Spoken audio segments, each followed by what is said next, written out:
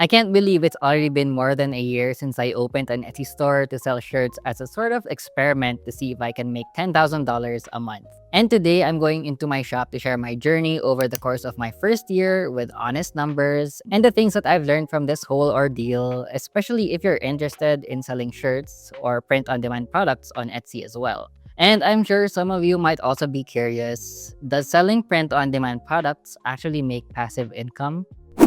If you're just finding this channel, hi, my name is Jai. And just to give you a bit of a background, in the past couple of years, I have been sort of hyper fixated on finding different sources of making more income online. And that's thanks to one of my friends who introduced me to the world of Etsy. In July 2024, I launched my first Etsy shop where I started selling digital products. And along the way, as I continued refining my strategies and learning new things from experts online, mostly YouTube, no coaching, I had been coming across the business model of print on demand, and I was quite intrigued because it's somewhat similar to selling digital products where you don't hold any physical inventory. On paper, it seemed sort of easier and less time consuming to design compared to my digital products, which are mostly Canva templates. But of course, it still has a physical component to it, where you do need a bit of capital to get started and get the items produced.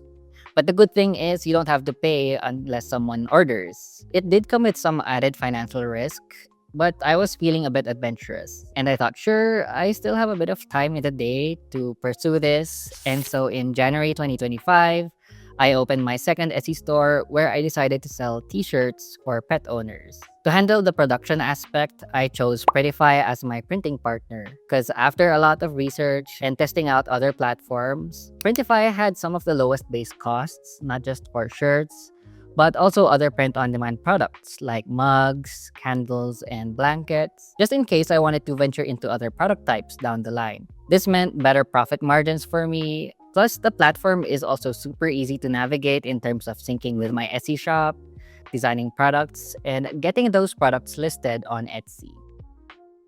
Now, before I go into my dashboard, I just want to say that yes, okay, I went into this with a bit more knowledge on Etsy growth and strategies. So I did have a bit of an advantage compared to someone who might be trying it out for the first time, right? But even then, I have learned, and in sometimes the hard way, that selling digital products and selling print on demand products do have their own nuances when it comes to strategies. But more on that later. Anyway, let's dive in. So, January was mostly about building the bases. I spent quite a bit of time on research and going back and forth on what niche I wanted to pursue before I landed on the pet owners category. Then I started building my foundation of like what mock-up photos to use and what image cards to have. And I needed this to make sure that the buyers do click on that add to cart button. Once those were decided, I used a templated approach to my designs where I was just using like one unique design and then changing the dog breeds to be more specific. So mostly for this month, I was kind of building the SEO of my shop in its entirety, that I wanted my shop to be known as a shop that sells shirts featuring specific dog breeds. I actually also added a few digital products related to my niche to serve as a loss leader. Now, this made sense to me because it still used the same keywords as my shirts, and because it had a lower price point, I hope that it would draw my first few customers to my shop because digital products are less risky for a customer to buy from a new shop with no sales and reviews, right? But in the end, I didn't get any sales in January despite getting 164 visits to that shop.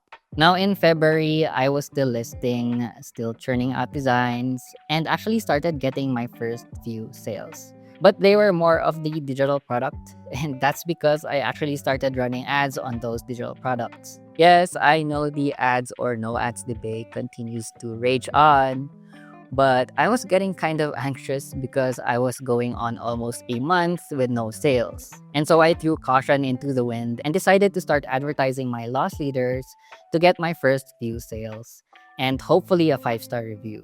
So with February, I ended up getting 10 sales and $49 in revenue, all from ads and just those digital products. But this was a good thing because my shop would now be ranking for the keywords in my digital products, and hopefully I thought that would affect my shirts using the same keywords as well. Now finally, March is when I got my first actual shirt sale. Almost 2 months since I opened the store. And it was an organic sale at that. Not only that, but it also got me my first 5-star review. Because of that first review, I felt ready to start running ads on all the shirts themselves. And so for the most of March, April, and May, I knew that Mother's Day and Father's Day were gonna be coming up soon, so I started increasing my output to hopefully catch that wave. So for March, I got 20 orders for a revenue of $209. For April, I got 52 orders for a revenue of $741. And in May, I also got 52 orders for a slightly higher revenue of $842. During this time, I was gradually getting more sales on my shirts as I added more and more shirts and less sales on the digital products. This period really was just about gaining momentum. I saw this as more of an investment of time and money. I did spend a bit of money on high quality mockups for my shirts, which I bought from other Etsy shops, which specifically sell real life photographed t shirt mockups. And also, though I'm using them for my other shop as well, I invested on research and design tools to make my systems better, such as Everbee, Kittle, and a Canva Pro account. Now, I've only been discussing my revenue up to this point, right?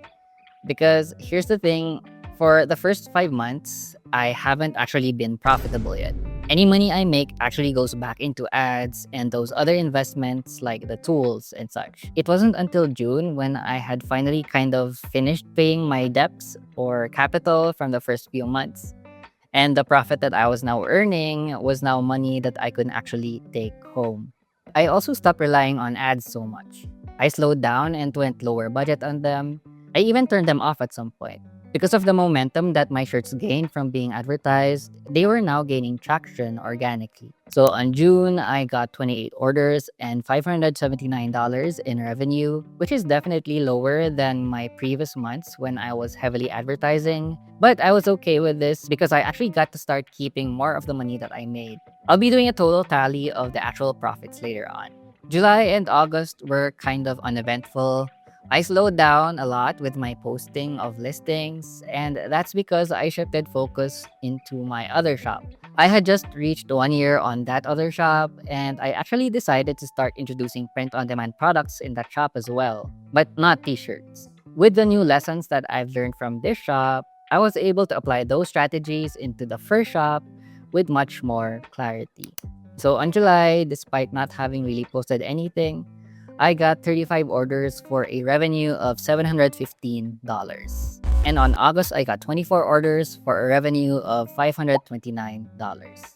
Now, behind the scenes on the corporate Etsy side, they were actually making some major changes around August or September.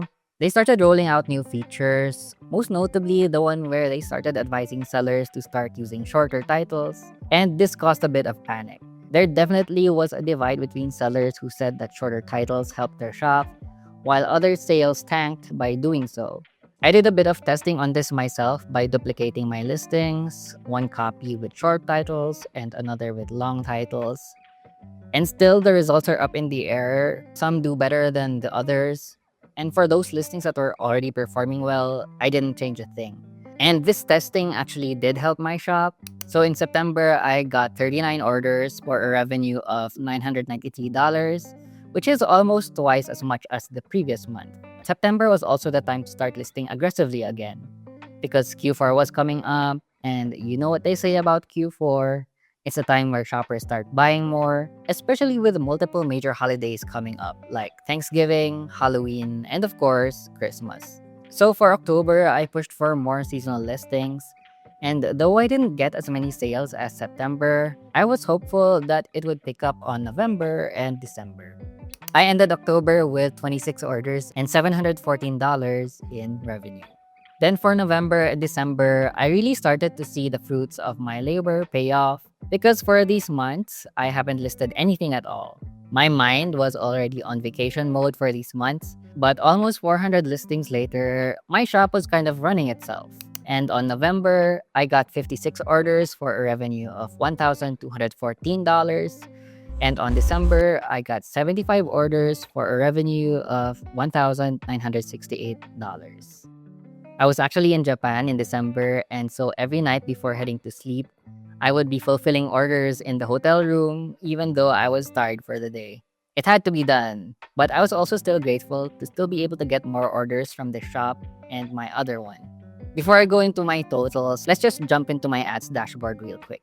So, as you can see, I was doing the most with advertising from February to May, and then did much lower daily budgets from June to October.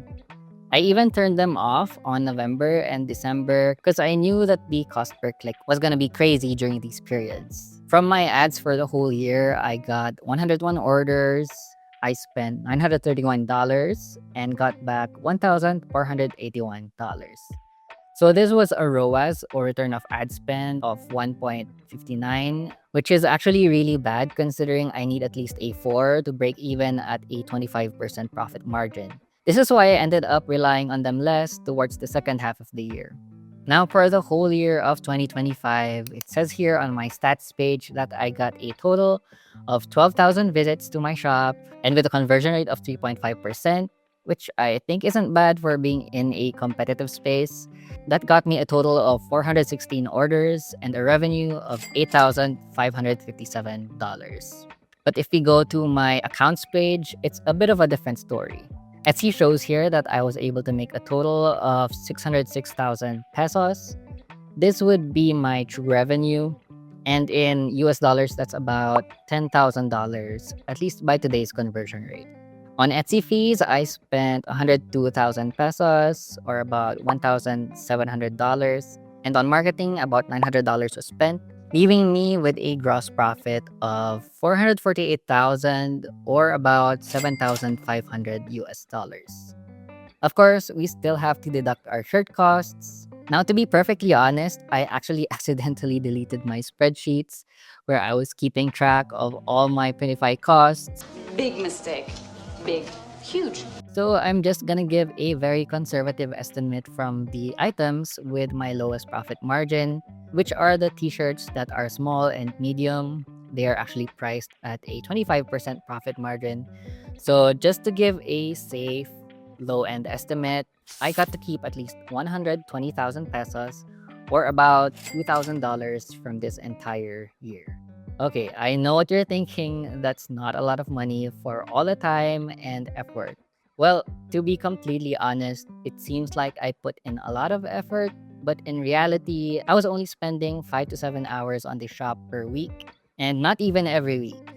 I was more focused on my other shop because, well, that one is kind of like my baby. This one is like the neglected younger child. Just to give a bit of a comparison, in just the 6 months when I had introduced print on demand products to my first store, these are the results that I've gotten. In August, I made $2,100 in revenue as I was building my print on demand listings. And in September, that tripled and I got $6,600 in revenue. And the sales did dip for Q4, but that's because of the niche that I was in. It's much less commercial than t-shirts. But in January, things have picked up again with $7,300 in revenue. So in just the 6 months where I introduced print-on-demand products in my first store, I have made almost $30,000 in revenue. And that's because of the lessons that I've learned from the shirt shop. I matched it with consistent effort, and the returns reflected that. So if anything, it really goes to show that the effort that you put into your shop directly correlates to how much you get in return. Nowadays, Etsy is becoming more competitive with new sellers popping up, and it's not like the super easy set it and forget it type of passive income that a lot of YouTube videos out there make it seem to be. I have also made lots of mistakes along the way, and learning from them is a continuous process. I think every good business owner knows you are never really truly done with learning. So if selling print-on-demand products on Etsy is something you're interested in pursuing to make some additional income, here are the most important lessons that I've learned. A lot of beginners make the mistake of going into Etsy blindly. That's why choosing a niche is one of the most common bits of advice that you'll hear, and for good reason. Choosing a niche to start with helps you gain direction. Now, let's get something clear. A niche is a product plus target audience. Shirts is not a niche, it's just a product type. Moms is also not a good enough target audience. So, something more specific would be shirts for moms with twins or sweaters for stepdads. But it's not enough to just choose a niche. You have to really know it well. That's where research comes in. You can invest in paid tools like Everbee, eRank, Allura, or Listing View. Or if you're not yet ready to invest in these types of tools, you can simply type in your niche in the Etsy search bar and take note of the listings with bestseller or popular now badges. These will give you an idea of what styles are in demand and how the product is being presented through the listing photos. It also helps to have insider knowledge of the niche that you're in. Say, for example, you choose the niche soccer moms. If you yourself are a soccer mom, then you probably know what phrases could actually make a good shirt. These are two directions that you can go with your designs. You can come up with what I'm just gonna call pre-made designs. And then there are personalized products where you have to change an element in the design, such as adding names or a date or a photo or a combination of those.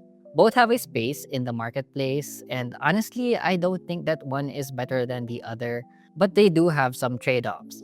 I noticed that with pre-made designs, you might have to make more listings compared to personalized designs. That's because a lot of people come to Etsy for unique items that they won't find in the mall. They want stuff that speaks directly to them. That's why you have to be specific, like audience plus interest. On the other hand, I tend to make fewer personalized product listings, but in exchange, they take slightly longer to fulfill. As compared to pre-made designs where, for example, on Printify, you just click a button to send it to production, with personalized products, depending on the complexity, they might take a few more minutes to fulfill an order. Fortunately, with Printify, they make the process a whole lot easier on their platform. When designing your product, you can add this personalizable element here as a placeholder for what it should be, like if it's a name or a date. And when a customer fills out their order with their specifications, that information is synced with the design. And you just have to approve the design to send it to production. If you want to use Printify, you can use my link down below. So anyway, again, there is an exchange here.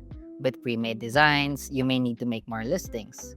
With personalized, potentially fewer listings, but more time to fulfill. You decide which one works for you. Consistency is the name of the game on Etsy.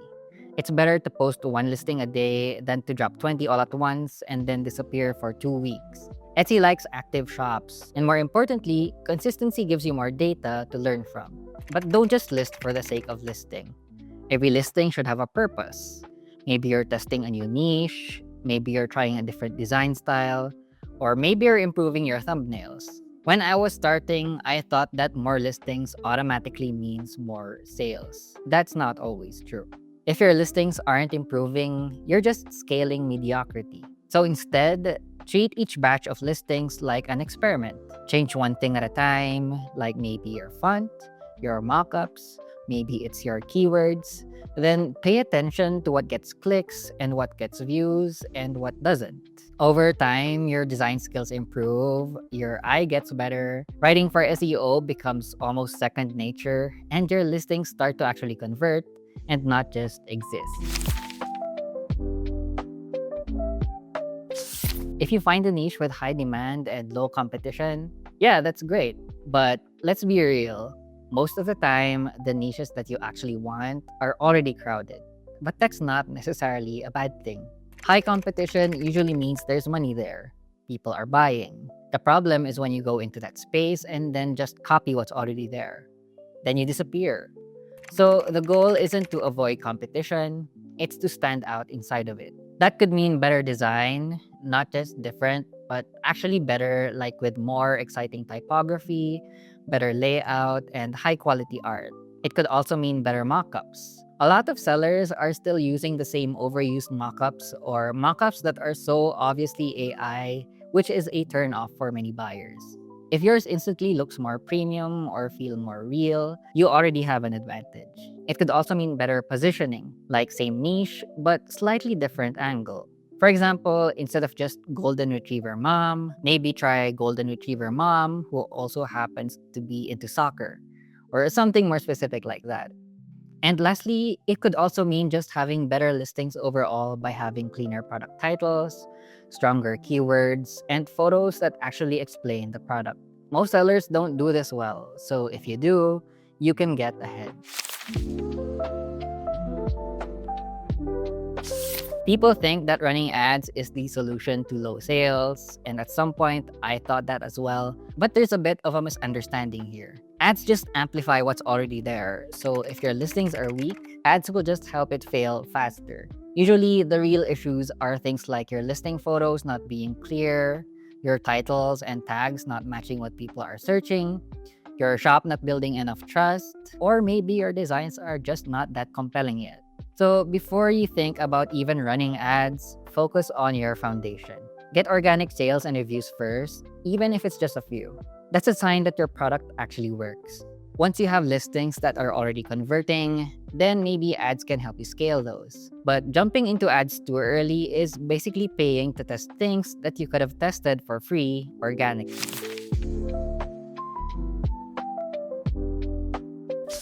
You don't have to be a graphic designer to be successful on Etsy, but you do have to understand people. The best-selling designs usually aren't the most complex. They're the ones that make people actually feel something. It could be pride, humor, nostalgia, or even something super specific that makes them go, wait, that's literally me. A lot of beginners focus too much on trends, and they try to chase what's already popular. And sure, that can work sometimes, but it's also where you blend in the most. Tying back to your niche, if you really understand your niche, you can create designs that feel personal, like it was made specifically for that person. And when that happens, people don't overthink the purchase, they just buy it. So instead of asking what's trending, try asking what would this specific person want to actually buy. That makes a huge difference.